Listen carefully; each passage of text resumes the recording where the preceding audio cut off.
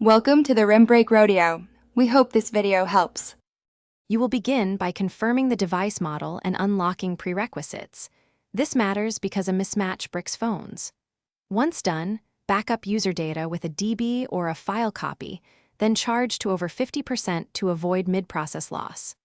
Next, enable developer options, turn on USB debugging, and allow OEM unlock if required. Make sure you have the FastRoot binary and the proper recovery image plus device drivers installed on your computer before proceeding to flashing. You now boot the device into the bootloader or fastboot mode. Use the hardware key combo or a DB reboot bootloader so the computer sees it. Then flash the recovery image with fastboot flash recovery.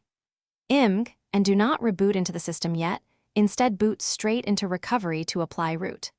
On your PC, run the FastRoot tool, confirm the connected device ID when prompted, and allow it to push the root payload. This sequence prevents signature conflicts and ensures root hooks install cleanly. Once the root payload finishes, reboot into the system and install Magisk or your SU manager if the tool didn't auto-install it. This provides module support and safety. Then verify root with a root checker app and restore apps or data from your backup. Make sure to update modules and restrict risky permissions. If the device enters a boot loop, immediately reboot to recovery, try wiping cache or data, and if necessary, reflash the stock image or restore your Nandroid backup. That usually recovers the device. Thanks for watching.